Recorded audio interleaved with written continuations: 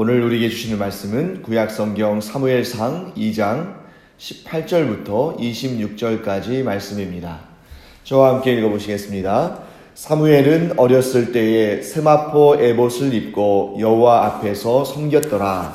그의 어머니가 매년 드리는 제사를 드리러 그의 남편과 함께 올라갈 때마다 작은 겉옷을 지어다가 그에게 주었더니 엘리와 엘가나와 그의 아내에게 축복하여 이르되 여호와께서 이 여인으로 말미암아 내게 다른 후사를 주사 이가 여호와께 간구하여 얻어 바친 아들을 대신하게 하시기를 원하노라 하였더니 그들이 자기 집으로 돌아가매 여호와께서 한나를 돌보시사 그로 하여금 임신하여 세 아들과 두 딸을 낳게 하셨고 아이 사무엘은 여호와 앞에서 자라니라.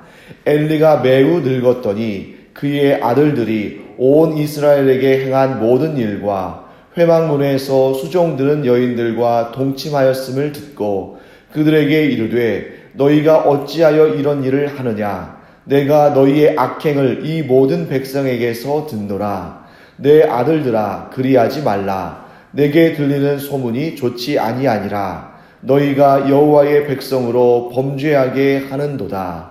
사람이 사람에게 범죄하면 하나님이 심판하시려니와 만일 사람이 여호와께 범죄하면 누가 그를 위하여 간구하겠느냐 하되 그들이 자기 아버지의 말을 듣지 아니하였으니 이는 여호와께서 그들을 죽이기로 뜻하셨음이더라. 아이 사무엘이 점점 자라매 여호와와 사람들에게 은총을 더욱 받더라. 아멘.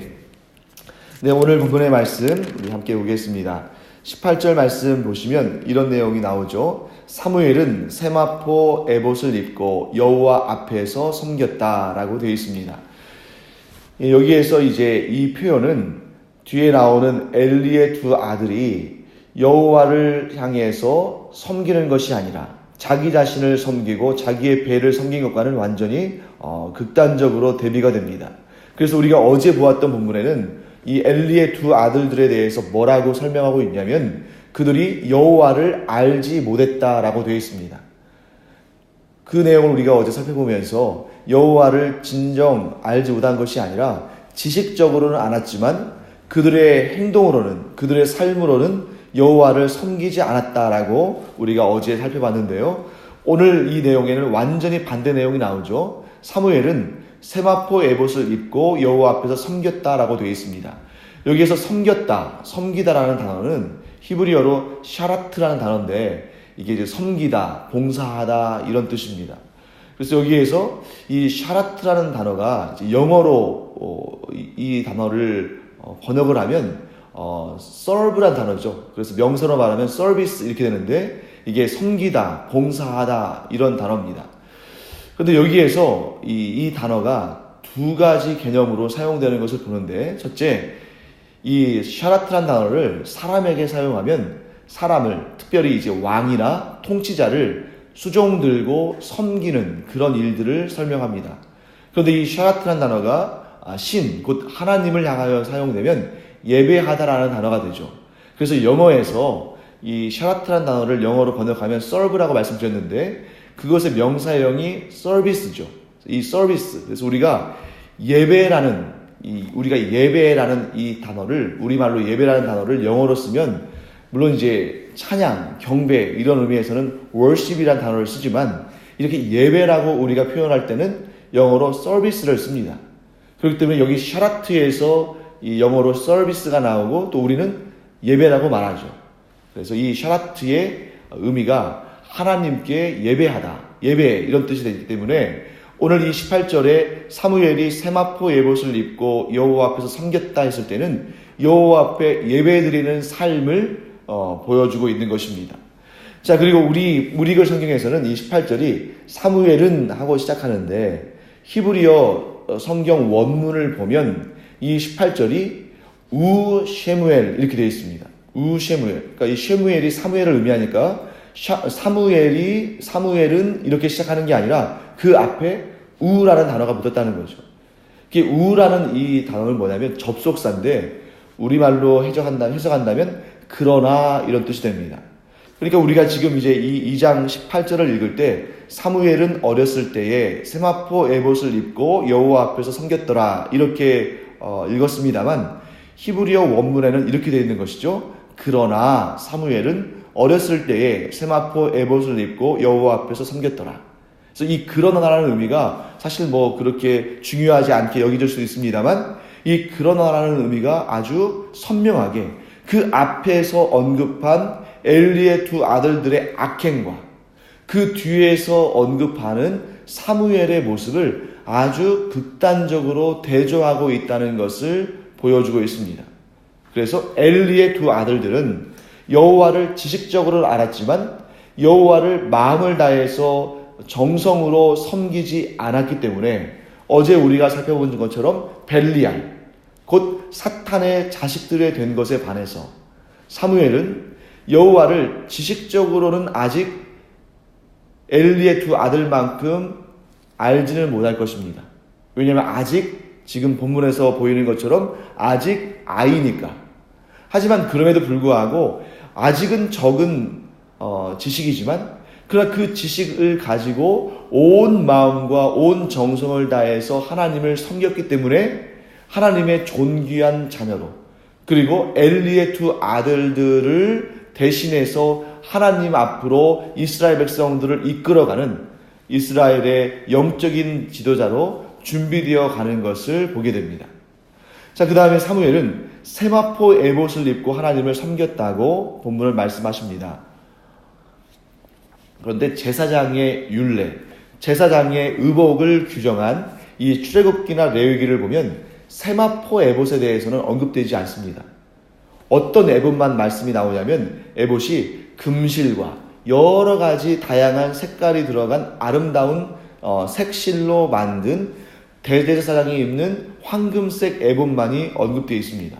그렇기 때문에 여기에서 이 세마포 에봇은 이런 대제사장이 입는 그런 화려한 에봇이라기보다는 일반적인 제사장 혹은 제사장의 업무를 감당하기 위해서 지금 학습하고 교육받고 있는 이러한 사무엘과 같은 사람들이 그러한 직무를 행할 때에 입는 옷이라고 볼 수 있습니다.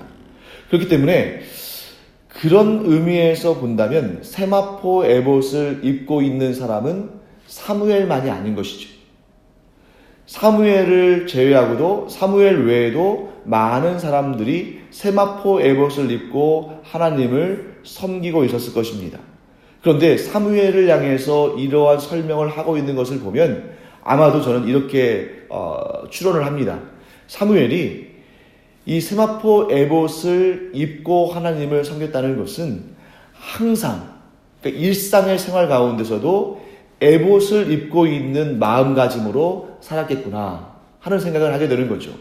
그러니까 지금 이 사무엘이 여호와 하나님의 성막이 있는 실로를 떠나지 않고 그의 집을 왔다 갔다 하면서 생활하지 않고 그러니까 지금 해마다 그 어머니 한나가 작은 겉옷을 지어서 매년제 때마다 와서 사무엘에게 그 옷을 주는 것을 보면 사무엘은 항상 그러니까 언제든지 하루 24시간 내내 1년 365일 그 거룩한 성막이 있는 곳에서 그 실로에서 하나님을 항상 배웠고 하나님을 섬기는 것을 보게 되는 것이죠. 그러니까 이 엘리의 두 아들은 실로에서 살았지만 여호와 하나님의 성막에서 살았지만 그러나 그들은 항상 하나님 앞에서 하나님을 섬기지 않는 자기 자신들을 섬기는 삶을 살았습니다. 즉 공간적으로는 하나님의 성막 주위에 항상 있었지만 그러나 그들의 마음은 하나님을 향하지 않았습니다. 하지만 사무엘은 항상 거룩함과 성실함으로 하나님을 섬겼다 하는 것을 보게 되는 것이죠. 그래서 여기에서 사무엘이 입고 있던 이 세마포 에봇은 삶의 모든 순간에 예배자의 삶을 살았던 사무엘의 모습을 그 경건한 모습을 우리에게 알리시는 하나님께서 그를 표현하신 방법이다 라고 볼 수 있습니다. 자, 우리도 이런 경우가 있죠. 교회에 나와서 예배를 드릴 때에는 경건한 모습을 갖추고 살아가는데 우리의 일상생활에서는 거룩함이 드러나지 않는 그러한 삶을 살고 있는지 우리가 이렇게 점검할 필요가 있다는 것입니다. 또 심지어 우리가 어떤 경우에는 엘리의 두 아들처럼 경건한 예배 시간에도 우리의 마음은 세상을 향해서 혹은 정욕을 향해서 달려간다면 그것은 정말 안타까운 일이죠. 그래서 우리가 항상 에마포 에봇을 입고 여호와 하나님을 섬기는 그러한 사무엘과 같이 우리가 예배를 드릴 때나 우리의 일상의 삶을 살 때나 항상 경건하고 항상 거룩하며 항상 하나님을 성실하게 섬기는 그러한 삶의 자세를 갖기를 간절히 축원합니다. 그 다음에 보면은 이런 내용이 나오죠. 엘가나와 한나가 여전히 매년 하나님께 제사를 드리기 위해서 실로로 올라가는 모습이 등장합니다. 그런데 그때마다 한나가 직접 작은 겉옷을 만들어서 그 겉옷을 가지고 실로에 올라가서 자기의 아들 사무엘에게 그 옷을 전달하고 그 옷을 입혀주는 것을 봅니다. 자, 엘가나와 한나는 매년에 한 번 정도, 즉 매년 제사를 드릴 때 정도만 사무엘을 볼 수 있었을 것입니다. 혹은 많이 이제 최대한 많이 잡는다면 한 4번 정도 사무엘을 볼 수도 있었겠죠. 왜냐하면 유월절과 또 맥추절, 또 초막절 이럴 때 이런 절기 때에 제단에 올라가서 하나님께 경배를 드리면서 이 사무엘을 볼 수 있었을 것입니다. 어쨌든 매년 제를 드릴 때마다 겉옷을 지어갔다는 것은 무엇을 의미하냐면 사무엘이 지금 한창 클 나이라는 것이죠. 만약에 사무엘이 지금 크지 않거나 성장하지 않거나 아니면 이미 다 큰 그러한 장년이라면 옷을 뭐 그렇게 매년 사이즈를 바꿔서 만들 필요는 없을 것입니다. 그런데 여기에서 작은 겉옷, 큰 겉옷이 아니라 작은 겉옷을 지어서 매년 그걸 가져갔다는 것은 비록 지금 사무엘이 작은 어린아이지만 계속해서 성장하고 있다는 걸 보여주는 거죠. 계속 성장하고 있습니다. 그래서 이것이 겉으로는 옷이 작아져서 지금 성장기에 있기 때문에 해마다 그 키가 자라고 있기 때문에 옷이 작아져서 새 옷을 입어야 했기 때문에 한나가 새 옷을 지어서 사무엘에게 갖다 주었다는 것을 의미하기도 하지만 그 안에 담긴 영적인 의미로는 사무엘이 지속적으로 여호와의 성막에서 자라면서 지속적으로 영적으로 더욱 거룩하여지고 더욱 성숙해가고 있음을 보여주는 것입니다. 지금 이것을 일부러 하나님께서 이 내용을 성경에 담아두신 것이죠. 만일 이 행위가 그냥 뭐 일상적인 옷 지어서 주고 이런 일이라면 이게 뭐 얼마나 중요한 일이겠습니까? 하지만 하나님께서는 이 일을 통해서 상징적으로 사무엘이 어떻게 영적으로 성장해 나갔는지를 보여주고 있습니다. 반면에 엘리의 두 아들들은 지금 사무엘과 엘리의 두 아들들이 비교되고 있죠. 엘리의 두 아들들은 오히려 시간이 지날수록 오히려 영적으로 역성장을 하고 있는, 오히려 이전보다 더 악해지는, 그래서 엘리의 두 아들들은 이전보다 더 영적으로 악해지기 때문에 그들이 입고 있는 그 에봇마저도 나중에 빼앗기게 됩니다.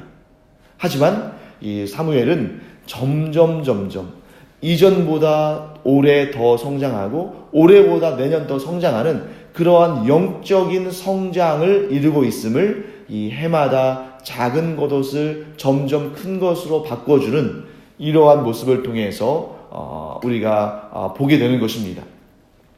자, 자녀들을 키울 때 가장 걱정이 되는 것 중 하나가 무엇일까? 우리는 이렇게 생각할 수 있습니다. 자녀가 그 나이와 성장의 단계에 따라서 육신적으로나 정신적으로나 영적으로나 성장을 해야 될 텐데 그렇지 못할 때에 성장하지 못하는 모습들을 볼 때에 혹은 이전보다 더 좋지 않은 그러한 상황들을 볼 때에 그 부모는 크게 근심하게 되는 것이죠. 그러니까 해가 지날수록 엘가나와 한나가 이 실로에 있는 성막에 올라가서 하나님을 더 잘 섬기고 하나님을 더욱 사랑하고 또 그 육신이 자랄 뿐만 아니라 그 영적인 성숙이 더해가는 그 아들을 볼 때, 아들 사무엘을 볼 때 엘가나와 한나는 하나님께 얼마나 감사했겠습니까?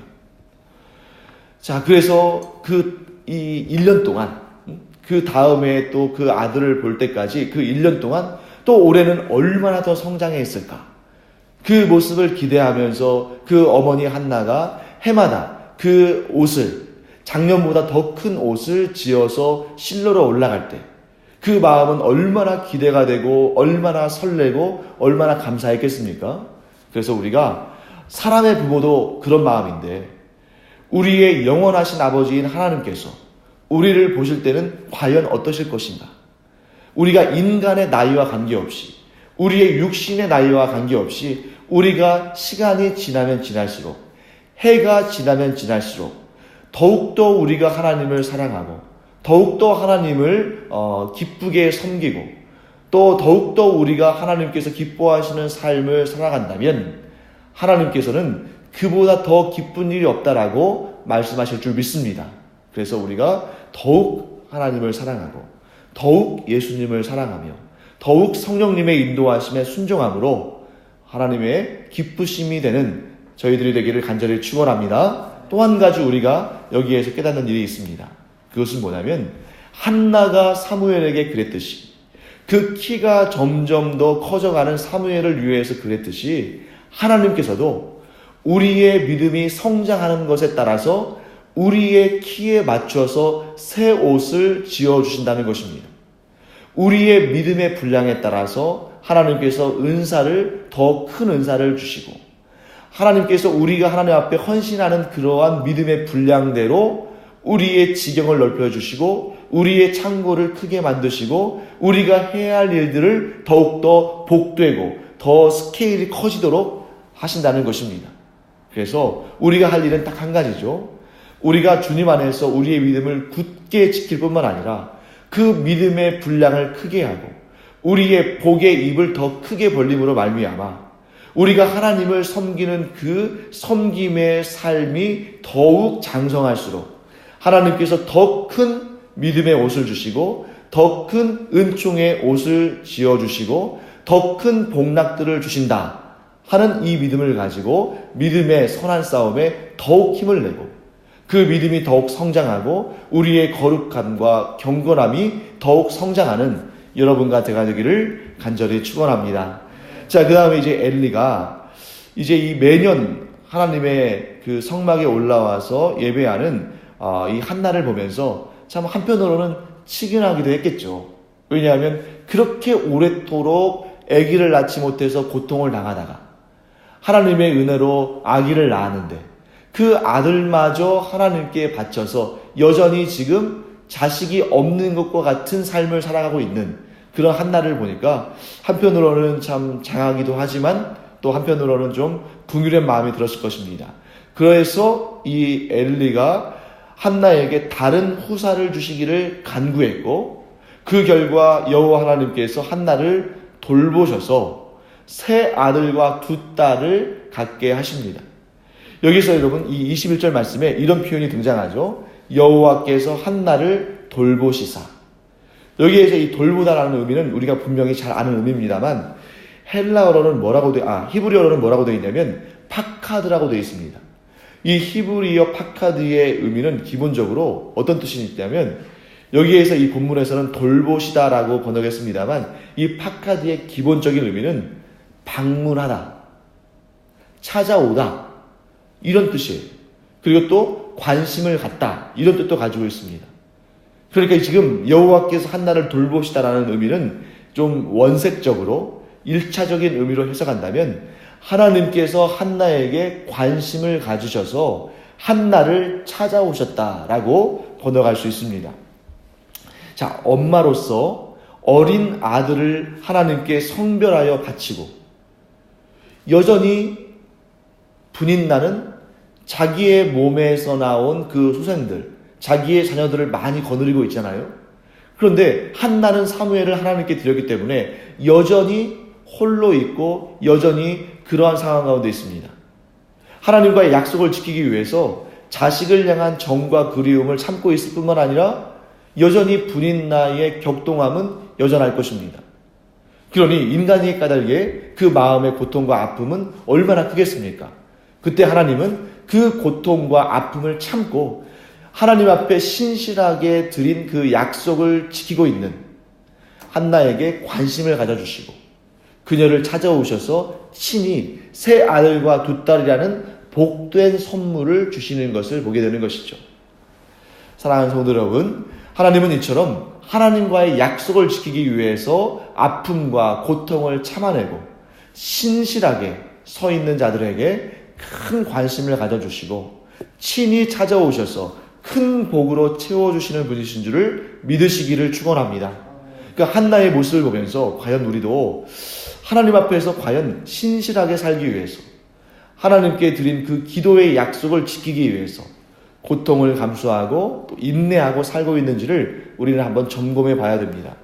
그래서 우리는 한나처럼 기도하여 응답받았다는 얘기를 듣고 많이 막 그 은혜를 부러워하기도 하고 나도 그랬으면 하고 이런 생각을 많이 갖습니다만 정작 내 자신이 하나님께 드린 서원을 이루기 위해서 하나님께 드린 그 기도의 약속을 이루기 위해서 과연 참고 인내하는 그런 시간들을 가지고 있는지 혹은 거기에는 별로 관심이 없는지 우리가 그것을 점검해 봐야 할 필요가 있습니다.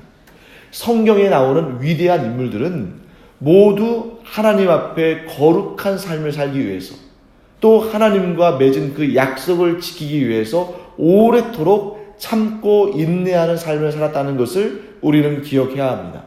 근데 그런 과정 없이 무조건적으로 하나님이 주시는 복과 은총만을 기대한다면 그것은 너무나 가벼운 인생이 되겠죠. 그래서 하나님 앞에 신실한 삶을 살기 위해서 오랜 세월 참고 인내하고 소망을 버리지 않는 자를 하나님은 반드시 관심을 가지시고 찾아오셔서 그에게 큰 은혜와 복으로 충만하게 채우시는 분이신 줄을 믿습니다. 그래서 우리가 그런 은혜를 누리기를 간절히 축원합니다. 이제 우리 마지막으로 이제 21절과 26절에 반복적으로 나오는 그런 단어 하나를 좀 살펴보겠습니다. 21절의 후반부를 보시면 이렇게 되어 있죠. 아이 사무엘은 여호와 앞에서 자라니라 이렇게 되어 있습니다. 자, 그리고 26절 오늘 본문의 마지막 말씀에서도 이렇게 표현하고 있습니다. 아이 사무엘이 점점 자라매 여호와와 사람들에게 은총을 더욱 받더라. 이런 말씀이 나와 있습니다. 이 21절과 26절에 공통적으로 아이 사무엘이 여호와 앞에서 자랐다라고 이렇게 기록되어 있는데요. 이 자라다라는 이 단어가 굉장히 중요한 단어입니다. 이 단어의 의미는 이 단어는 히브리어로 가달이란 단어인데 이 단어의 의미는 성장하다, 크게 되다, 커지다, 강해지다 이런 그 뜻을 담고 있습니다. 그래서 인간의 삶의 성장 과정을 묘사하면서 쓰이는 단어인데요. 나이나 크기나 강도나 깊이가 더해감을 의미합니다. 그런데 이제 이 가달이라는 뜻이 이런 인간의 육신과 관련해서는 성장하다 이런 뜻인데 이것이 그도 상징적인 의미로 어떤 뜻을 가지고 있냐면 위대하다, 귀하다, 중요하다 라는 의미를 갖는데 주로 이 단어가 왕, 통치자, 인도자와 관련돼서 사용될 때에 이런 의미가 나타납니다. 자, 지금 이 어린 사무엘이 자라가고 있는 이 시대를 한번 잘 우리가 보면 어떤 시대이냐면 굉장히 영적으로 어두운 시대입니다. 왜냐하면 지금 여러분 이 이스라엘의 영적 지도자는 겉으로 보면 연로한 대제사장인 엘리입니다. 하지만 이 엘리가 지금 너무 연로해서 그 지각이랄지 이런 부분에 있어서 굉장히 지금 문제가 있습니다. 심지어 자기의 아들들이 지금 어떤 악행을 하고 있는지를 사실 그 엘리의 두 아들과 가장 가까운 사람은 엘리 자신일 텐데 그 아들들이 어떤 악행을 하고 있는지 여호와 앞에 또 백성들 앞에서 어떤 악행을 하고 있는지를 스스로 알지 못하고 사람들의 이야기, 사람들의 수근거리는 이야기를 통해서 간접적으로 듣는 그런 상황 가운데 있습니다.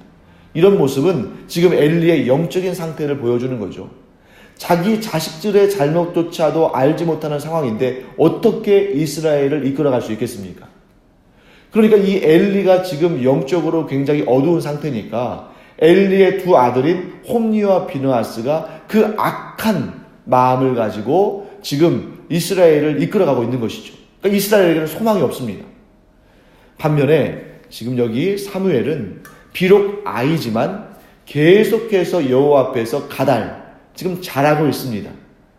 무엇을 의미합니까? 하나님께서 엘리의 두 아들을 버리시기로 작정하시고, 지금 본문의 말씀대로라면 그들을 죽이시기로 결정하시고, 이제 이스라엘의 새 소망인 사무엘을 지금 자라게 하시는 것입니다. 그러면 언젠가 어느 시점에 사무엘이 이스라엘의 영적인 지도자가 될 텐데, 그때의 가달은 위대하고 소중하고 중요한 인물로 서게 될 것입니다.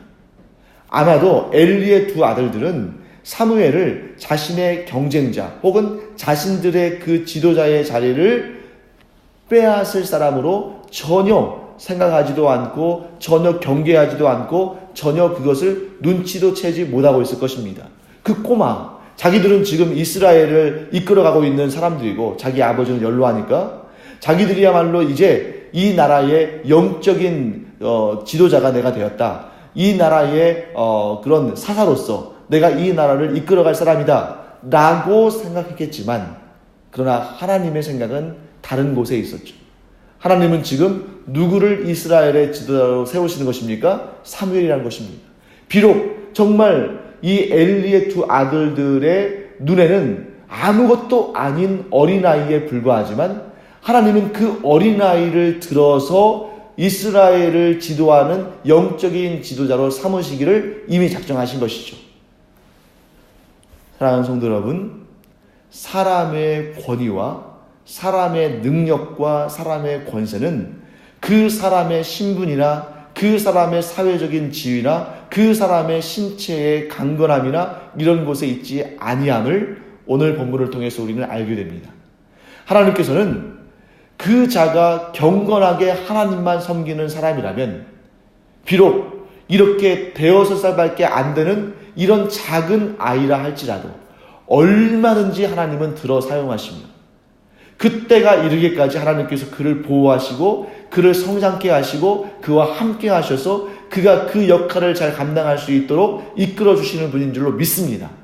그러므로 우리는 겉모습을 포장할 것이 아니라 우리의 중심이 하나님을 향하여서 경건하고 거룩하도록 우리가 우리의 마음을 다스린다면, 하나님의 때에 하나님께서 우리를 얼마든지 곧 위대하고 존귀하고 중요한 인물로 사용하실 줄 믿습니다. 자, 이 어린 아이를 사용하신 하나님은 얼마든지 나이가 연로한 그러한 사람도 사용할 수 있습니다. 위대하신 하나님은 그 모든 힘을 잃어버렸던 삼손과 같은 사람도 사용하실 수 있으신 분입니다. 그렇기 때문에 여러분과 저는 하나님께서 우리를 얼마든지 존귀하게 사용하실 수 있다는 이 사실을 믿음으로 말미암아 다른 것에 신경 쓰는 것이 아니라 하나님과 나 사이의 이 관계, 우리가 하나님 앞에 거룩하게 서기만 한다면 내 모습과 내 처지와 내 능력이 어떠하다 할지라도 하나님은 반드시 우리를 들어 사용하실 줄 믿습니다. 그래서 우리는 나이와 관계없이 가달하는 사람들, 즉 여호와 앞에서 자라고 성장하는 그러한 영적인 성장이 늘 우리와 함께하는 그러한 여러분과 제가 되기를 간절히 축원합니다. 기도하겠습니다. 하나님, 주님의 은혜를 감사드립니다. 하나님, 저희들이 주님 안에서 자라나기를 원합니다. 우리의 나이가 이미 많이 오래되었기 때문에, 또 이미 성년이 되었기 때문에, 이미 노년이 되었기 때문에 더 이상 성장은 없다고 생각하는 그때가 가장 위험하고 가장 안타까운 때인 줄로 압니다. 저희들의 인생이 아주 작은 아이이든 아주 연로한 노인이든 그것과 관련 없이, 그것과 관계없이 항상 주님 앞에 거룩한 삶으로 말미암아 언제든 하나님께서 들어 사용하시는 그 일에 준비되어 있는 사무엘과 같은 저희들이 될 수 있도록 은혜를 더하여 주시옵소서. 감사드리며 예수님의 이름으로 축복하며 기도합니다. 아멘. 이제는 우리 주 예수 그리스도의 은혜와 하나님 아버지의 무한하신 사랑과 성령의 감동, 감화, 위로, 교통하심이 이 시간 비록 사무엘과 같이 어린 사무엘과 같이 힘이 없고 어리지만 그러나 항상 하나님을 섬기는 그 일에 우리의 모든 마음과 힘을 들임으로 말미암아 하나님의 때에 사무엘과 같이 존귀하게 쓰임받기를 원하는 하나님의 귀한 사람들 위에 이제로부터 영원토록 함께 있을지어다. 아멘.